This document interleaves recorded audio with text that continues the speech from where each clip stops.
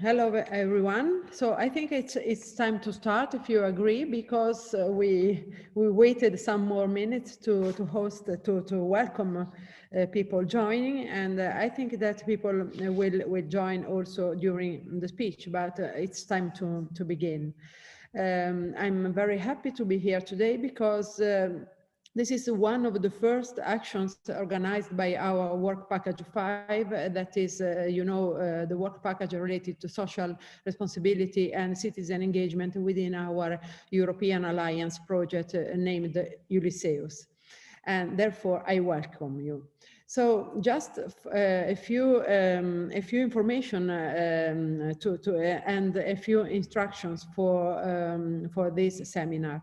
As you can see, we are registering the event, but I'd like to underline that you can be sure that your faces and your details will not appear in any place. Because we are going to use the registration of today for dissemination purposes, but we will rework on the registration and put it at disposal of the public and of everyone who will be interested in our activities after a new revision of the registration. Later on, you will receive the final report of the project that will be a sort of final version of the primer that you already received after registering in the event. Now, as you can note, you are muted. We will use this mute system in order to avoid any disturb that can be raised during the speech. But in case you will intervene, please unmute yourself. The last instruction is related to the break. We will have a break after the Verena speech, but please, we ask you to not to close the connection. Please close only the mic and the video if you like, but stay connected, and that's it. So now I can introduce the speech of today, because you know that you are here. So I think that you already know many details and information about our project.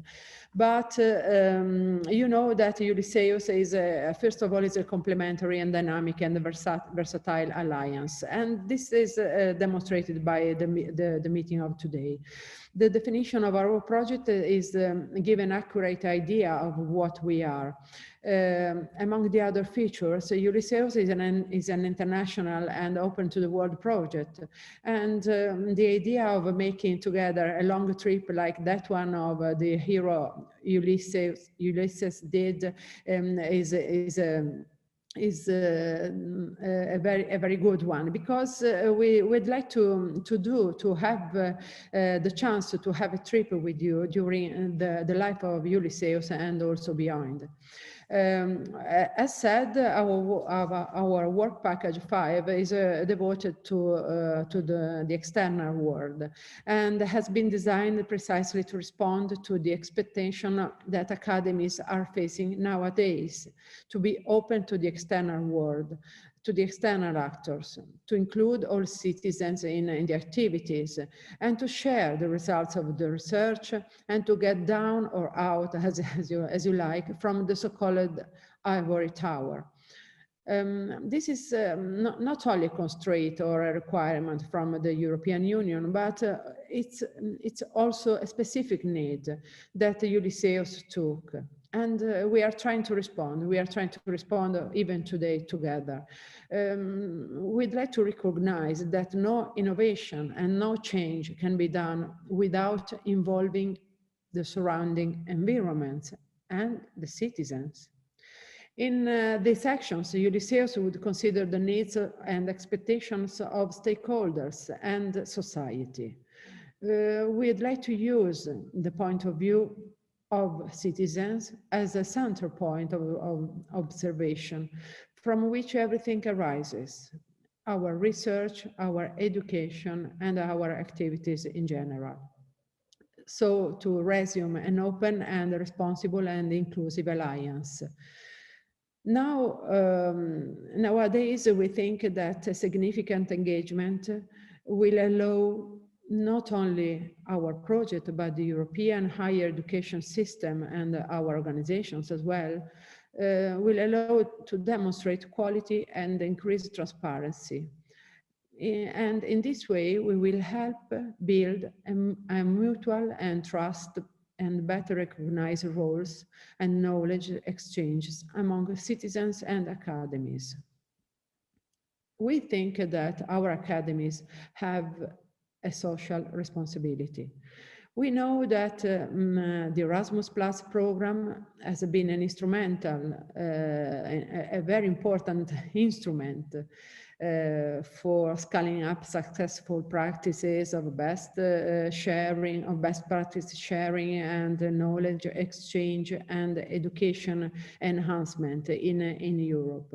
And we'd like to affirm that the quality in education should include also civic, civil, and citizen engagement at all levels. We believe that citizens are an important component of the knowledge sharing and of the knowledge production.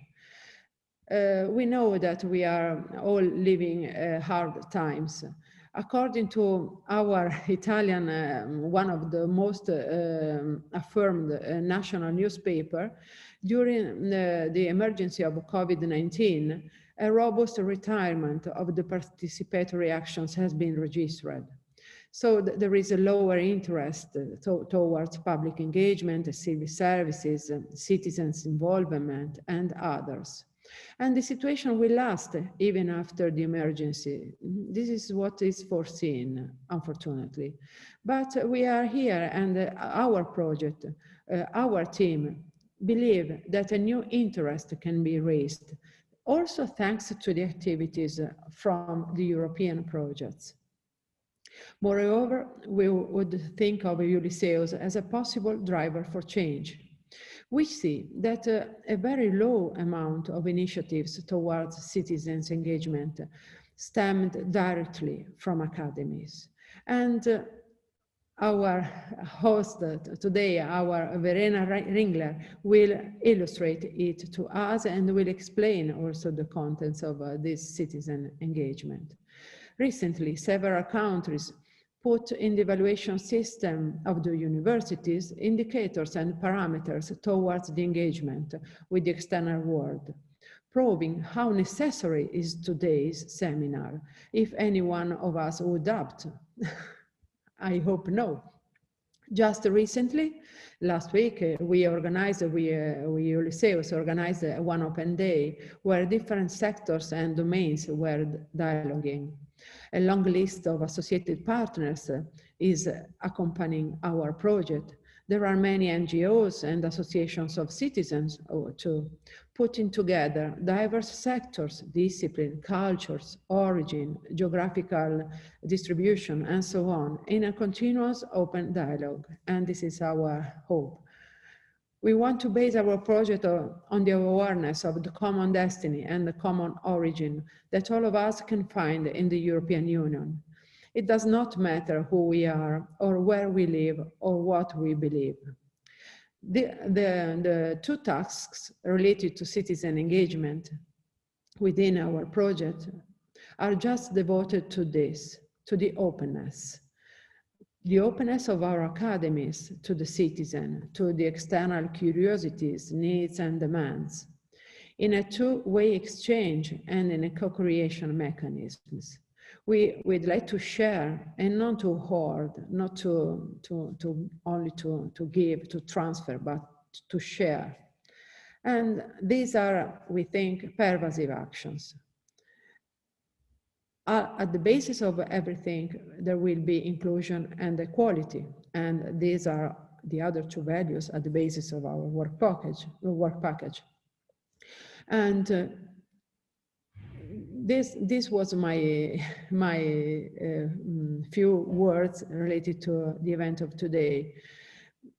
You know that now we are going to hear Verena Ringler speaking about citizen engagement, but after her speech, please prepare your questions, because the session is open, will be open. If you're not good at English with the language or with the expression and so on, you can also write down your questions in the chat space, or express in your language, and then we hope and we think that there will be a colleague of us who will be able to translate. And I want to thank in particular the colleagues and friends from MCI, and also from my university, Rita, Anna, Lich in particular, and they helped for the preparation of the seminar. MCI introduced to us Verena Ringler, and this is, and we are very, very proud of it. Just a few words about Verena, because you already received a very brief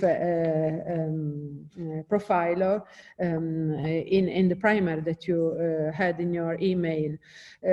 She was the founder and the director of European Commons, that is a think and to do tank initiative that is based on the dialogue within EU and the citizens. She has a long experience in citizen engagement and in every kind of activities related to this. She studied also in Italy. I saw that she studied also in Bologna, and she has published several publications related to the domain. But I think that Verena will be the best person to introduce herself. And now I will give the floor to her, and I thank you for your being here with us. Well, thank you very much, Cinzia. Good morning, everyone, from Seville to Košice, from Nice to Helsinki, and from Genoa to Innsbruck. I'm very grateful to be with all of you here today and kick off this exciting exploration among the Ulysseus partners.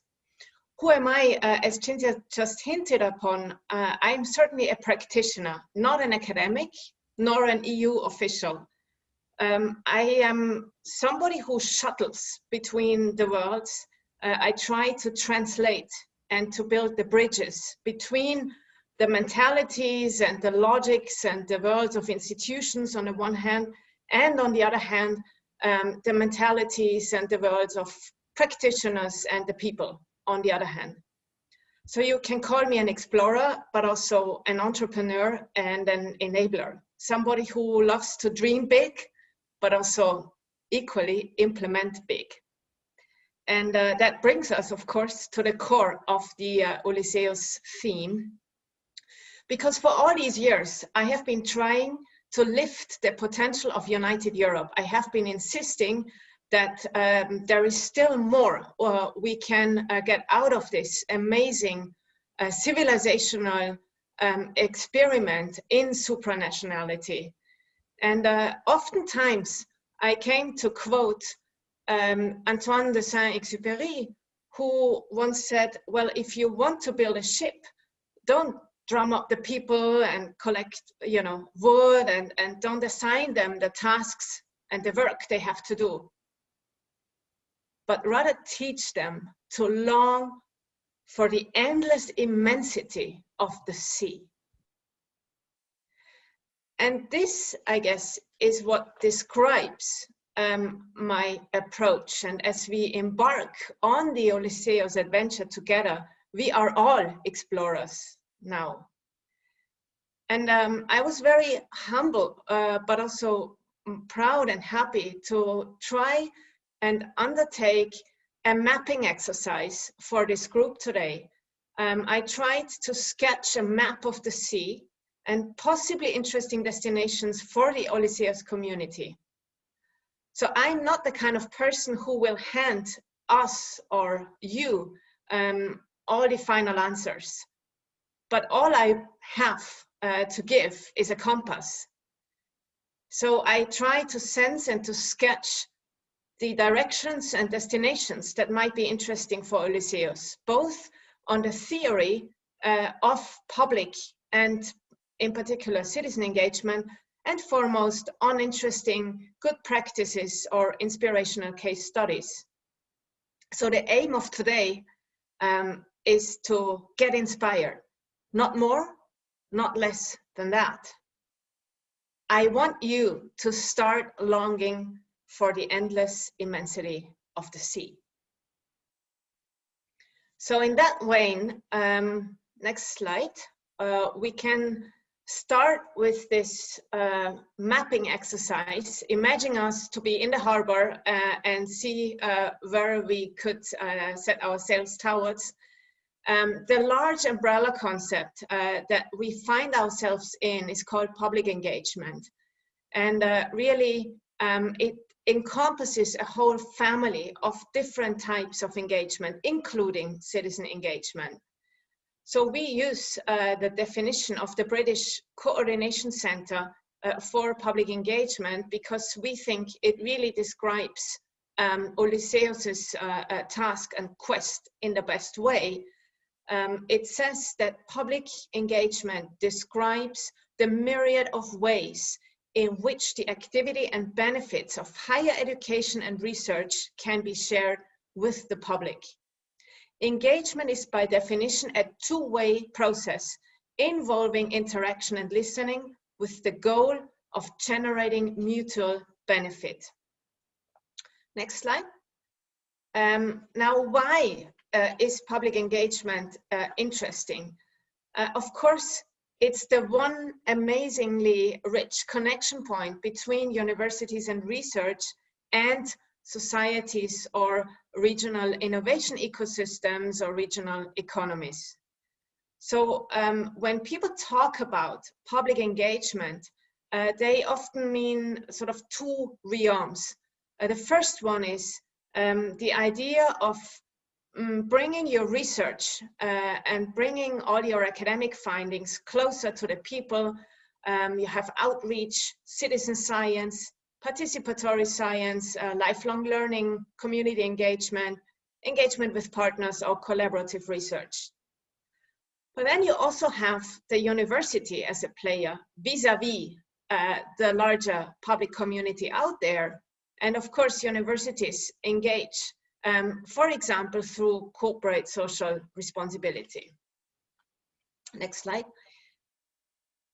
Whenever we are at the beginning of a journey where we are trying to devise a public engagement activity, it's really helpful to rigorously ask ourselves and answer three questions. The first one is always the why, the purpose question.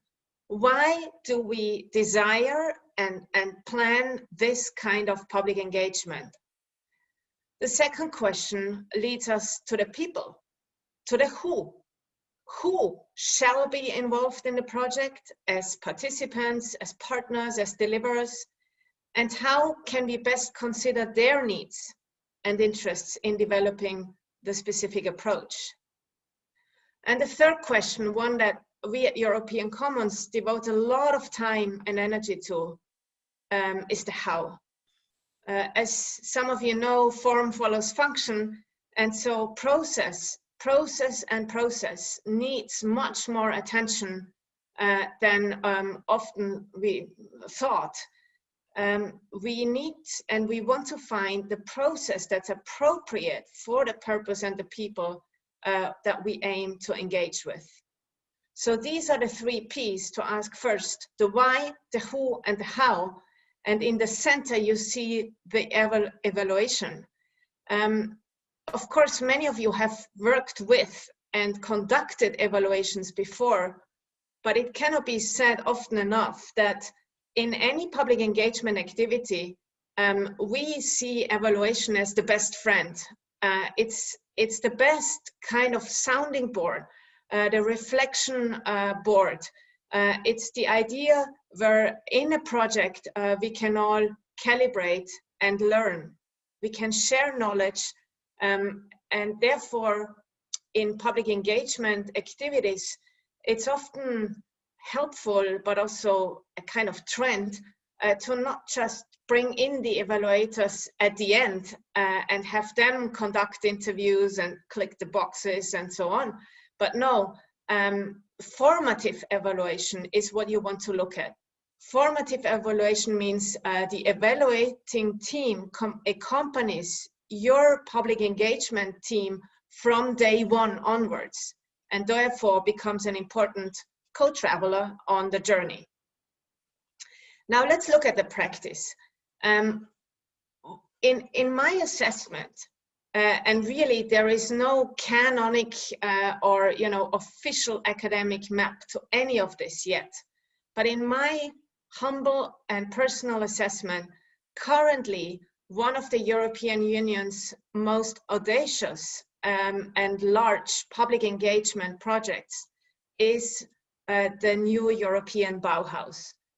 As far as we understand, the new European Bauhaus is a kind of pre-road, a preparatory process towards the roadmap of the European Green Deal. And it's a very unconventional open platform that the EU just opened recently, where they want to collect local, academic, artistic, and education projects. They want to collect both the faces, the who, but also the projects themselves, the what. And they try to bring all this together in the EU in order to connect these best practices from the ground, from the living realities, with the roadmap of the European Green Deal. And that's currently one of the first open calls that might be interesting. But really, what we think is interesting for Ulysseus and all of your hubs to look much more closely into the new European Bauhaus, because they include 10 different themes, and some of them relate very much to Ulysseus. Consider this. One of the themes is techniques, materials, and processes for construction and design, examples of solutions for our built environment.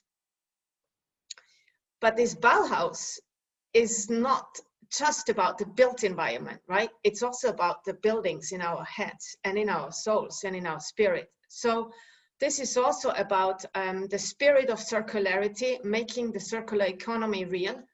And it's, for example, about preserved and transformed cultural heritage, which in turn is the hub of Genoa University. So New European Bauhaus, certainly because of its very open design, can be considered the most audacious but also largest EU public engagement exercise so far. Next slide. There's another case study very close to my heart, and I'm sure to some of you who are in the natural sciences. I traveled to visit CERN 2 years ago, and like many other people, I was very much impressed and inspired by this prime example of scientific collaboration across the borders of countries and languages, but also across the boundaries of our thinking. I learned, for example, that during the Cold War, the CERN in Switzerland was the only place where Soviet and American scientists really worked together throughout all the years. And at CERN, at the European Institute of Nuclear Research, the question is what the universe is made of and how it works. And what's so interesting to me is the interface that the CERN as a fundamental and frontline research institute really built to the outside world. And I'm sure there are more interfaces than the one that I was allowed to visit. But what I picked out is the Idea Square that often works together with Port Association in Geneva. They are a laboratory, if you want, for bringing in different groups of young academics, of senior academics, of practitioners, of university teams from all over the world for hackathons and for brainstorming, research and development workshops in order to milk the findings of the accelerator inside the CERN and see how these things can be applied to the outside world. So there's a whole plethora of added value and of applied value that people get out of the CERN at this interface. Next slide. A third case study, again, pretty unconventional, but we think it inspires this community because we detect a mega trend and a mega demand that we will all need much more of in the EU in order to make the EU and citizen interface a more satisfactory interface in the future and to lift our European potential. Why? We talk about the mega trend and mega demand of shuttle engagement. Currently, there are not many people who constantly communicate and translate between the worlds of the institutions, but also the people out there. And two young men that really keep inspiring me are Martin and Vincent Emanuel, two young Germans. One of them had a university education. One of them had a what is it called? A practical education in a company.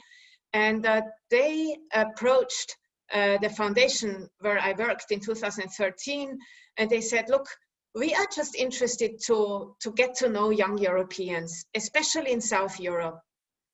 You might recall this was the year when youth unemployment, especially in South Europe, was a really, really big problem. And the two went on to travel and to take a lot of interviews with students and young people across the European Union, but especially at the campuses of South Europe. And afterwards, they analyzed their findings, and they basically invented this idea that they said, look, I mean, why doesn't the EU hand out all 18-year-old Europeans a free Interrail pass so that no matter how much money I have as a young person, I can at least discover Europe myself and you know, go and travel. Long story short, the two went to write 3 books. They also went to travel to 22 countries. They had a lot of conversations with governments and overnight became lobbyists for the cause of young people in Europe, and finally made their entry into the EU Parliament, the institutions and so on, and really managed to make free Interrail an official part of Erasmus Plus in this current cycle. So we can really see this as a successful example of shuttle engagement that started you know, without any idea of where this would end, but that proved to be really successful for both the EU institutions and young people in Europe, not least because in the beginning was one process that's always key for any public engagement. It was active listening. Asking questions and active listening is always a good idea to start with. Next one. When I worked at that foundation in the Ruhr area in North Rhine-Westphalia in Germany, I also had the pleasure and opportunity to co-design a contemporary dissertation college between the Ruhr University of Bochum and, in this case, especially Southern European universities. Because the university in Bochum approached this private foundation and said, look, we are really concerned by all this populism and by the toxic debate on Europe in our current media world. And we really want to promote a return to the European virtue of the conversation. We want to do this rigorously with early career scholars and PhD students of our universities.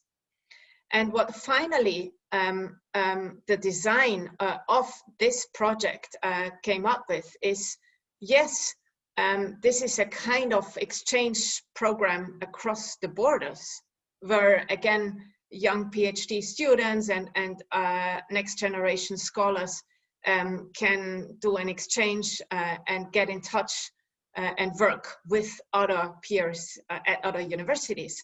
But what was really new is that in this program, from day one onwards, all these PhD students were asked to devote up to 50% of their time and resources to public engagement. And often this was a first for them. So they arrived at Naples University and they organized an open roundtable. They would go to give an interview at the campus radio. They would talk about how Germans see the situation on the euro and the future of the European Union.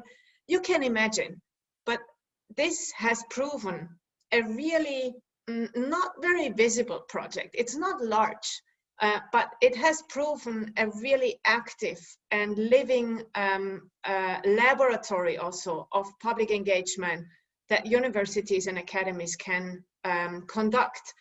And because there are individuals in this project, for example, from Salento and Seville, it might be rewarding to just look into this project further and get inspiration also for how Ulysseus will design its own public engagement processes and activities.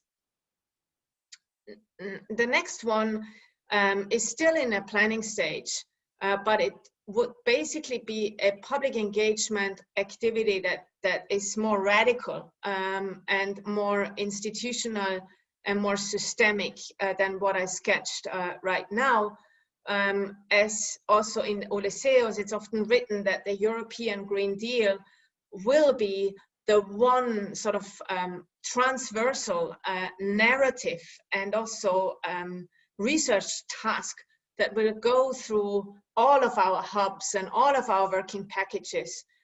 One might think to initiate an Agora European Green Deal think and do tank that would connect the Ulysseus ecosystem and universe in the long run with the roadmap of the European Green Deal.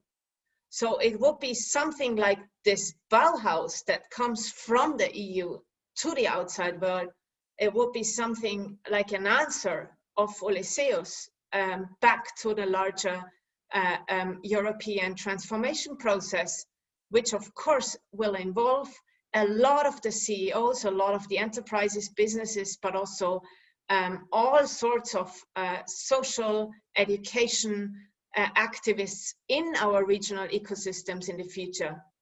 And it's one of the projects that we at European Commons look more closely into, and where we found also that this kind of public engagement, which can be in front of the curtain, but it can also be in the back channel. So it can be behind closed doors in order to build consensus and do what otherwise we would do as conflict management or management of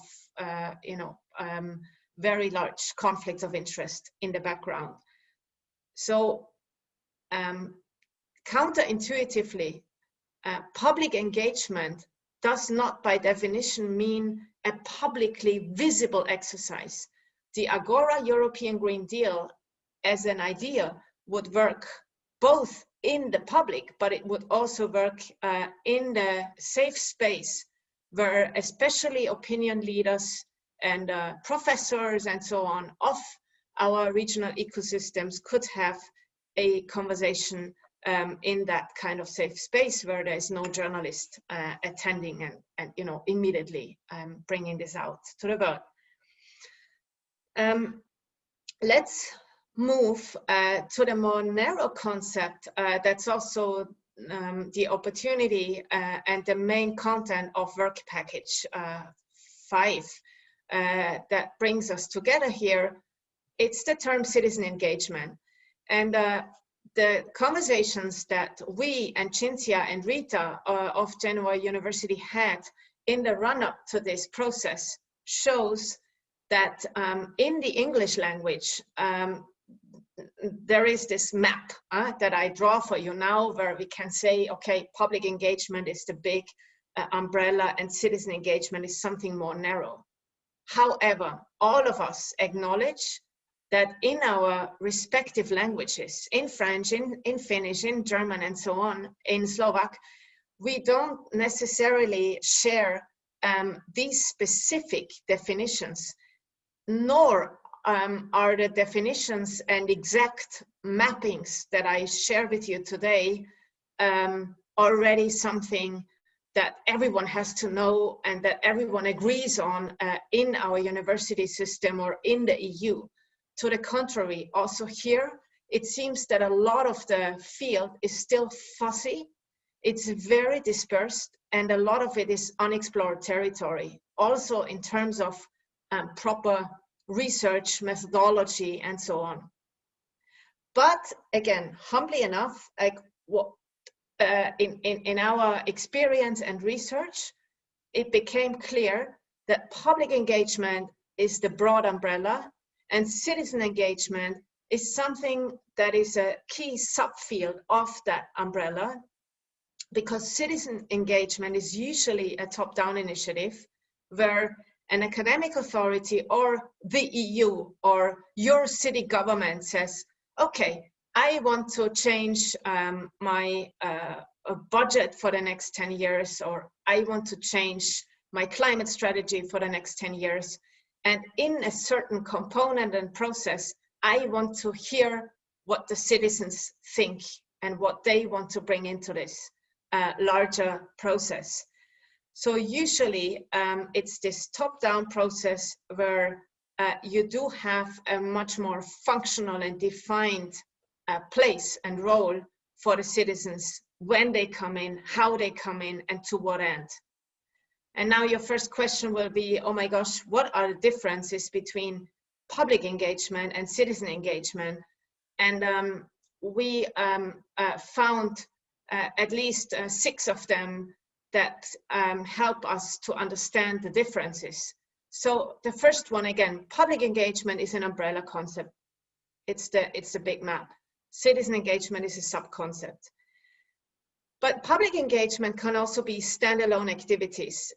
You can do public engagement for the sake of connecting to a group of society, whereas, again, citizen engagement is usually one element of a much larger institutional strategy or a program. We will see more of that in a minute when we come to the case studies of the EU right now in these times. Number 3 is public engagement is usually open in terms of outcomes. So the process of interaction between institutional and non-institutional individuals is already a goal in itself. Whereas in citizen engagement activities, the managing authority, again, the City Hall or the EU or Director's Office says, well, we are interested in the contributions of citizens towards a certain outcome or in their answers to a certain question. Number 4, public engagement is a rather open process. So one gets together to interact and sometimes to be surprised. Many of you might have worked in co-creation exercises before, where you bring in people and then only you find out that, let's say, you want to change something in the climate action of your city, and you find out that the key pain point of people is not the mobility question, but really it's how they get energy from different sources. So you can be surprised because it's such an open process.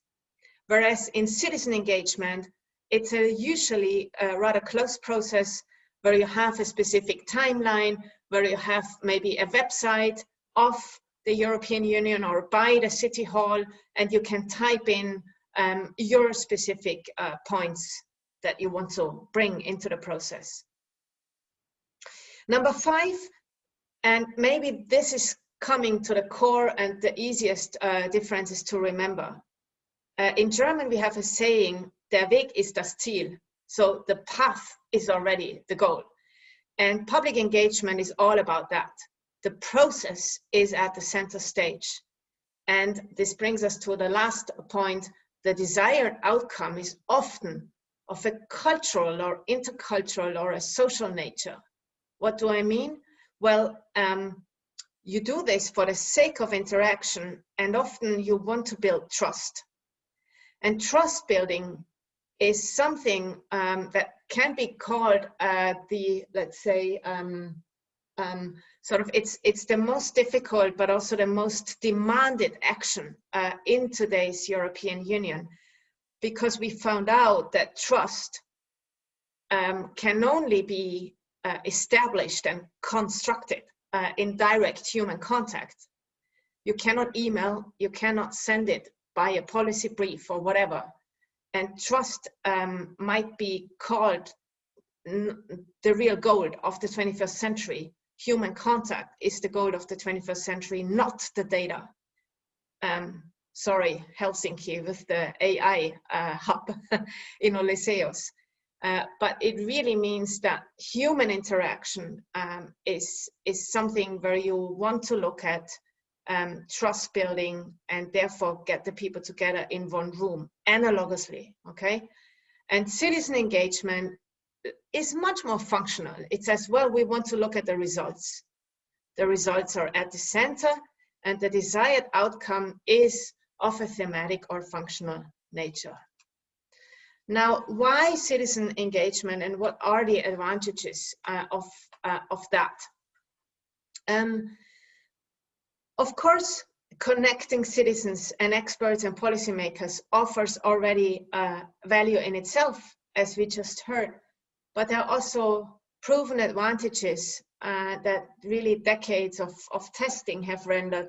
On the one hand, citizen engagement can be like an early warning system to avoid polarization, which in turn enables resource efficiency.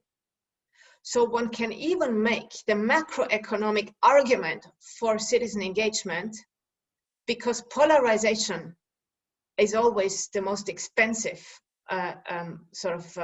option that politicians find themselves in. The good thing is, in citizen engagement, you can eliminate conflicts of values and goals early on, and therefore get on a road to consensus, or at least one kind of direction early on. You also find improved quality of results. This is especially the case in very complex or wicked questions that the managing authority asks. Again, if it's about the climate action of your city, you find out that the more you bring in the people, the better is the quality of the results, because those who sit in the city hall are just no longer having the full plurality of possible solutions. There's also a finding that citizen engagement, it fosters trust in institutions.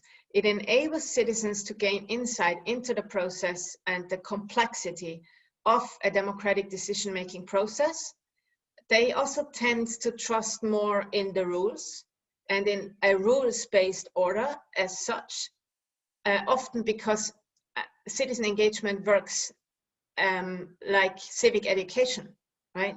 There's a huge educational component to this kind of engagement experience.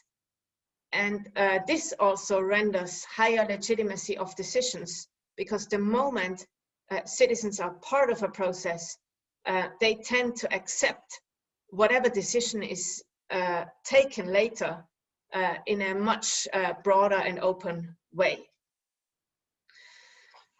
There are 3 C's that we highlight for this group to raise awareness of what does constitute a successful citizen engagement initiative. 3 quality factors, really. Again, the first one is to take the citizens seriously. And we all know this is not a given. There's still a long road to go. But we call this the cooperative democracy approach. The very first step is for decision makers to recognize and to value citizens' competencies. And this does not mean that you have to be a thematic expert as a citizen, but often because you are a user of your own city, because you are a navigator of your own city or a client of a certain process, or because you have the local knowledge of how things move in your city, that is already making a citizen an interesting subject in any engagement process. I think this is one of the big paradigm shifts that has been happening, especially among decision makers recently. People don't have to be experts, but you need all the users along a whole chain of a policy or of a change process in order to get the best results. The second point is to clearly define the playing field. So if, as a citizen, my city hall invites me to be part of a process, it would be very difficult for me to hear that, I don't know, the goal is to move and adhere to the Paris Climate Agreement, for example. It would be much easier if City Hall says, okay, we want to get the CO2 out of our city, maybe the center, and what we try to do together with the citizens is create a new mobility system for the future. You know what I mean. So the playing field and exactly what are we talking about must be explained in an easy and transparent way, but also one that arouses my interest as a citizen.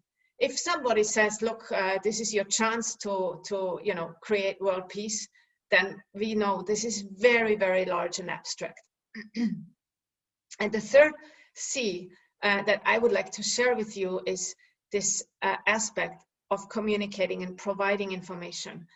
The moment a managing authority goes down the road of citizen engagement, there is a real duty to communicate transparently and to allow all these who shall be engaged full access to information, including maybe having meetings or having direct contact, for example, with representatives. You can't ask citizens to be engaged, but then say, oh, no, the strategy document is not official yet, or it's not public yet. If a managing authority goes down the road of citizen engagement, all of the involved shall be clear what this entails in terms of a culture of leadership, right? Which brings us to the 4 roles in which citizens act when they are engaged, which is again part of this sort of sensitivity and mindful leadership that in a way is really the DNA of any good citizen engagement process.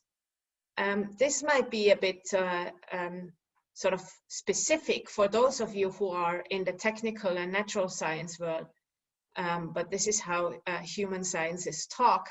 In the socio-political context of a city or a campus, citizens wear different hats.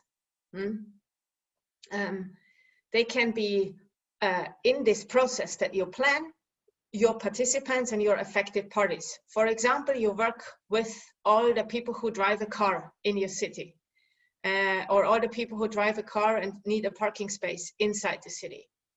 And they will have a certain interest in the process when it's about, for example, a new mobility concept.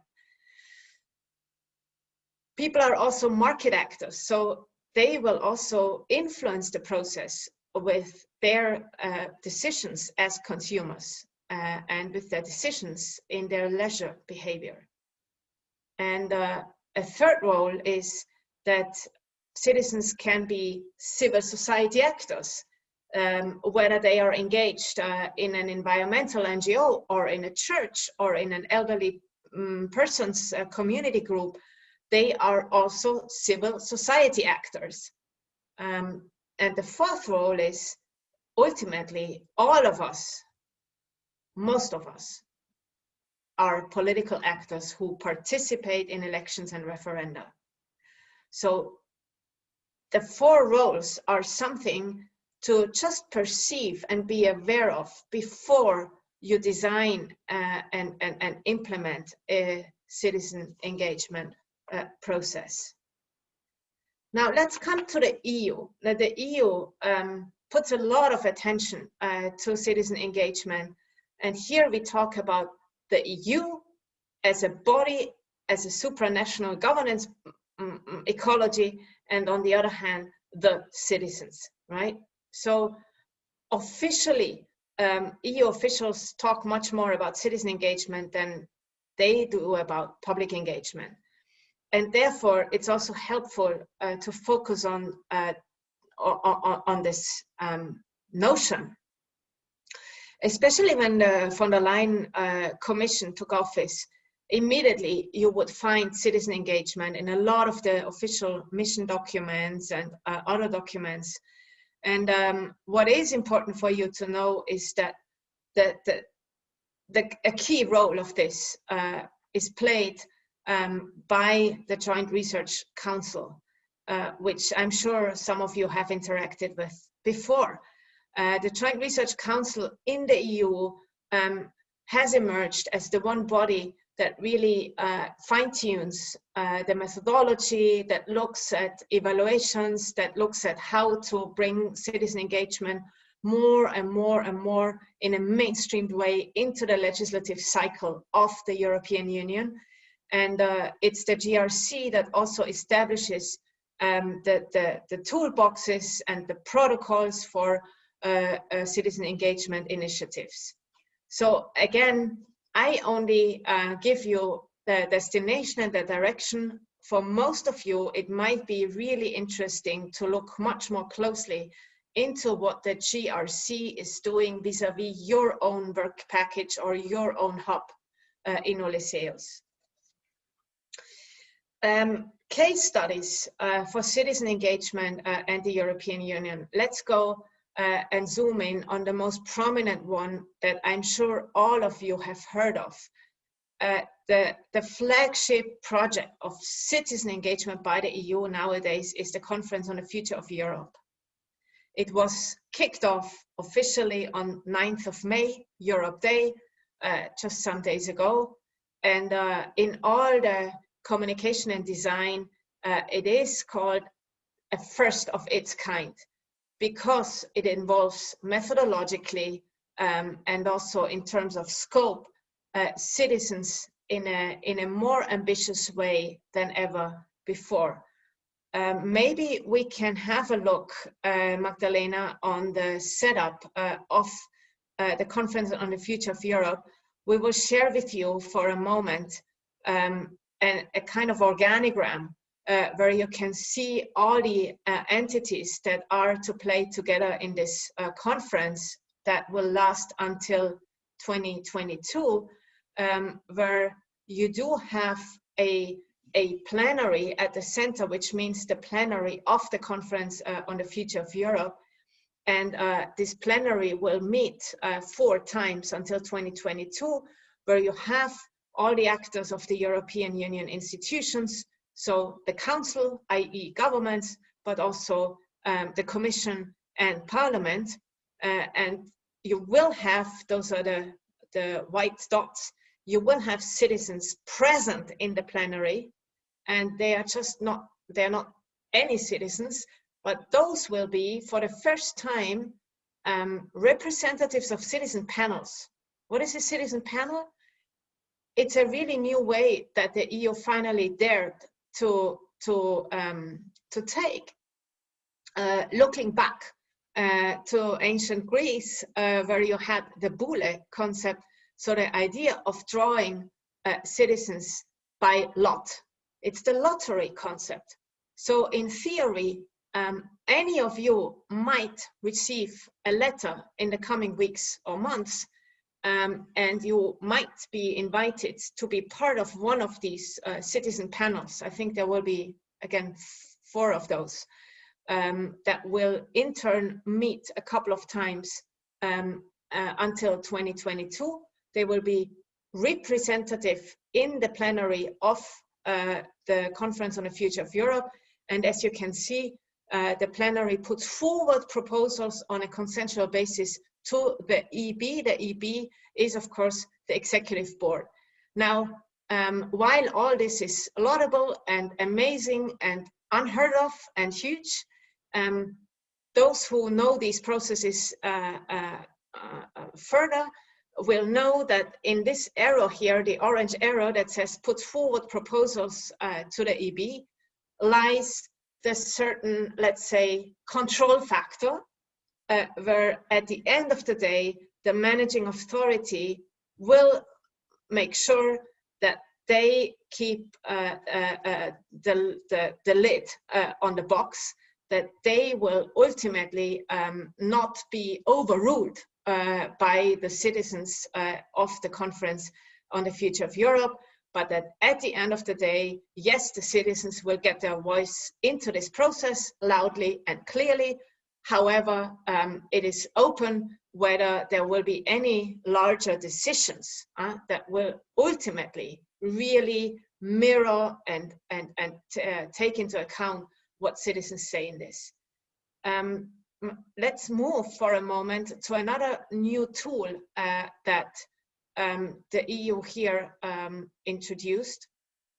It's an open website that some of you might have visited in the last days. It's a really large website where any input is translated into the other official languages of the EU. So altogether, I think 24 languages. If you type in your idea in Finnish, it will be translated. And it's a platform that allows everyone across the Union to either find out quite easily and attend an event in your city. Slowly, Magdalena, slow, yeah. On the left-hand side of the screen, you can see, okay, is there something happening in my town? You can also share your ideas, which we will look at in a second, but you can also organize an event. And this might be interesting because the Conference on the Future of Europe is designed like a huge do-it-yourself toolkit. It's designed in some ways with inspiration from the Obama campaign in 2008. So basically it has one framework, but if as Ulysseus partners, you want to organize an event that somehow feeds into the Conference on the Future of Europe, you're absolutely free to do so. And in the organize your event button, there's also a very clear sort of recipe of how this should look like in order to be called one of the many, many hundreds and thousands of smaller and larger events in the coming months that will feed into the Conference on the Future of Europe. I'm not paid by the EU. I'm telling you this as a citizen, as an engaged citizen, because I think we all shall use this open platform and this do-it-yourself concept to make our voice heard and not sit there and just, be critical.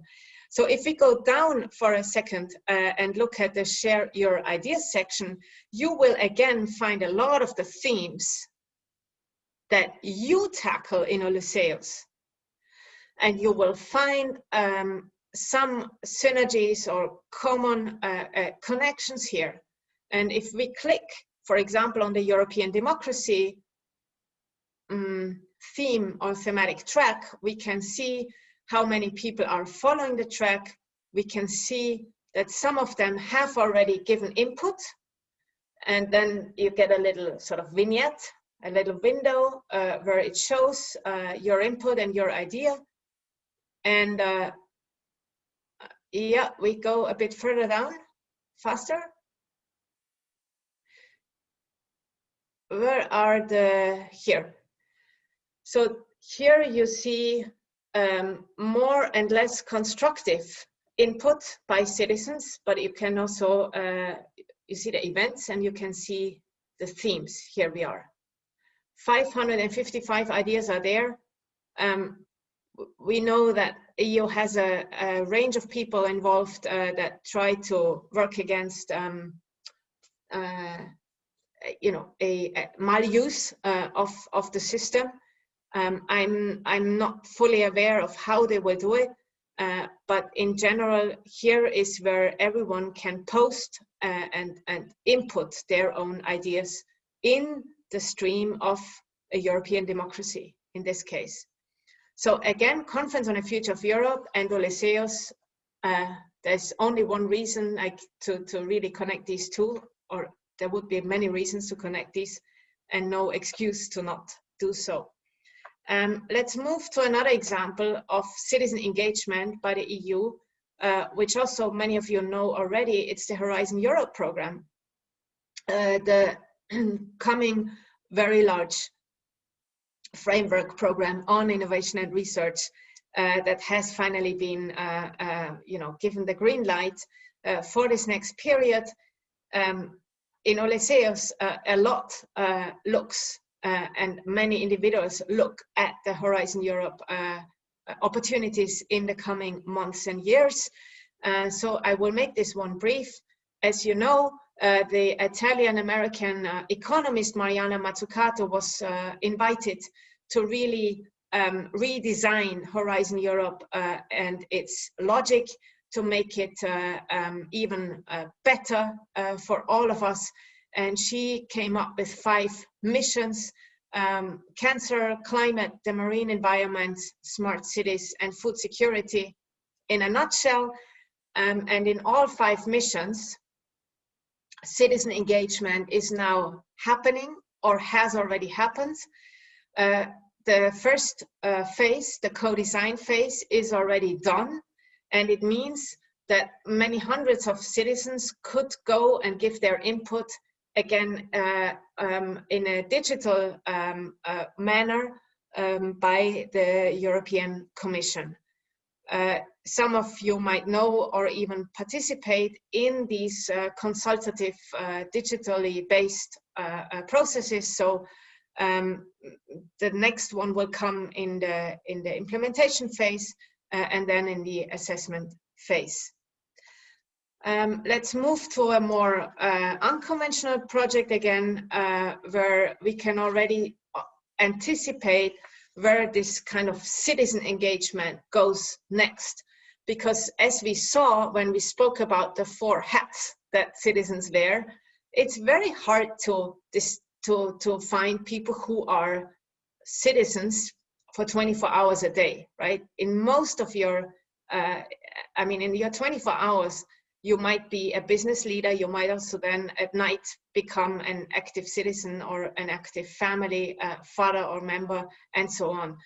And so what really is the future is not this very sort of narrow idea of citizen engagement, but it is multi-stakeholder engagement, which again will be really interesting for Ulysseus to explore further. Why? Well, I had the opportunity when I worked at the Mercator Foundation in Germany, again in 2013, to also ask this question: how can a foundation help to mitigate, systemically mitigate youth unemployment in South Europe?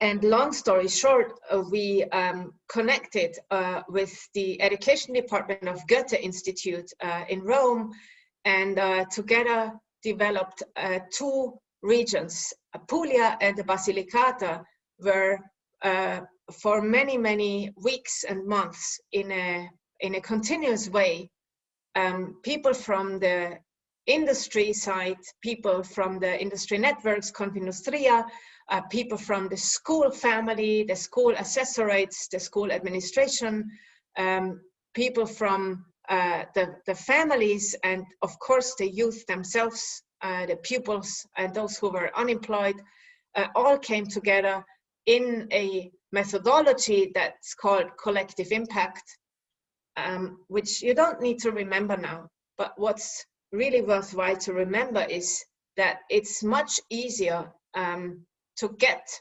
to a good reform or to a result when you look at your own region and when you try to drum up ownership for the future of the region with all the actors involved in your region.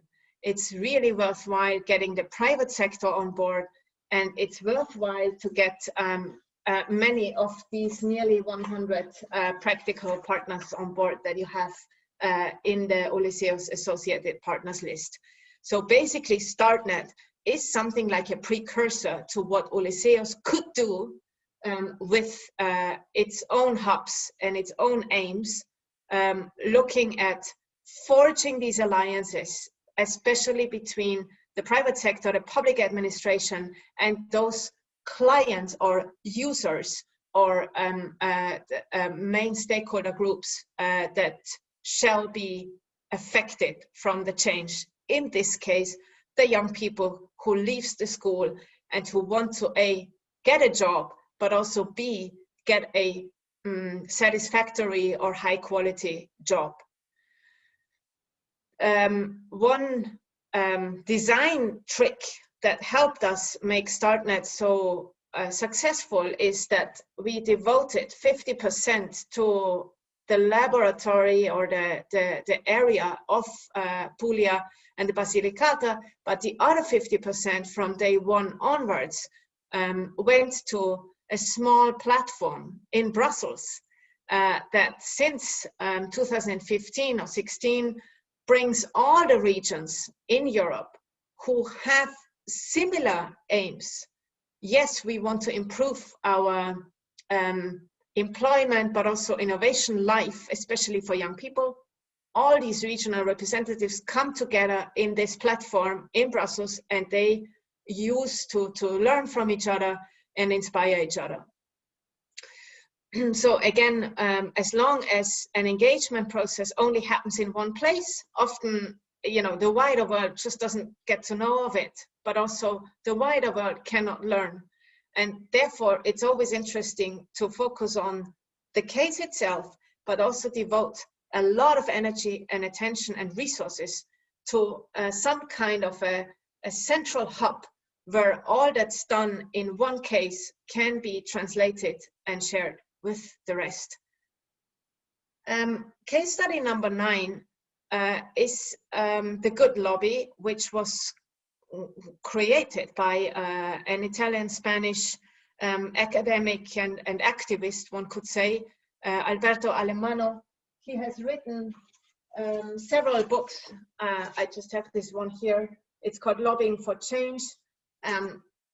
Find Your Voice to Create a Better Society, where basically Alberto says, as an engaged lawyer, where he teaches at HEC in Paris, some years ago, Alberto said, look, I think if we want to break the monopoly of some so-called corporate lobbies that might be too loud or that might have a disproportionately loud voice in Brussels, maybe we want to engage in building step by step a lobby for the citizens and by the citizens. And he has been doing this very successfully by training, by bringing a lot of young people into summer schools, summer academies, and especially working with them and working them through real cases. For example, the citizen consultations and other processes where he takes young people on the hand and says, look, again, if you can make your voice heard in the circular economy or towards the reform of the common agricultural policy, here is how you can do it. So this is why the Good Lobby might also be an inspiration for some of you in Ulysseus. Huh? Last but not least, there are... We are almost 1 hour now, just to let you know. Yeah. We come to the end, we come to the future. There are certain ideas circulating of how to improve and how to make this idea of citizen engagement more permanent, but also more professional and more structural in the EU in the coming years. Again, these are visions, but a lot of the research, a lot of the evidence, a lot of the lobby around these things are still missing. One of these ideas is currently circulated in the context of the Conference on the Future of Europe. It's the idea to create a permanent mechanism of citizen consultations, probably connected to the European Parliament in Brussels. Second idea is to incept and mandate a full commissioner for citizen relations in a college of a European Commission as large as it is today. Why not have a commissioner that only devotes her or his time to relating professionally with citizens? And the third idea is to complete the single market by giving the single market advantages and freedoms, not just to the for-profit world of the EU, but also the non-profit world. Let's look at these three visions just for a moment. Again, the first one, making citizen consultations permanent by creating a mechanism, is currently being lobbied for by Europe's People's Forum, which is an expert organization in Brussels with a network across the EU. And vision number two is to professionalize citizen engagement, but also finally draw in civic venture capital, for example, by the philanthropic world, via a reform, but also a resorting really of the field of nonprofit Europe. And as I just said, by thinking of mandating in the next commission after the next elections a full commissioner who only looks at citizen relations. Short-termism, but also a lack of institutional funding, a lot of small case studies that nobody else hears of, is characterizing the field. And it's one of the fields, if you look at nonprofit Europe from the grant making side, but also from the idea making side, nonprofit Europe can do much better than it's performing now in sort of overall. And the third vision I want to share with you is this idea of the nonprofit single market. Many people are not aware that if you create an NGO or a campaign, it can be very, very difficult legally, financially, to either receive money from another country or another donor, or to open shop in another EU country. So basically, in the non-profit world, there is not even an EU non-profit statute for non-charitable organizations that can allow you to, travel, like with your ideas, with your people, with your money, and so on. So the single market for nonprofit Europe is a field that should also receive much more research, but also innovation from new alliances of the engaged. This was a tour de force from the world of a practitioner that I am, as I said. I thank you very much for your attention, and I'm very much looking forward to your questions after our short break. Thank you.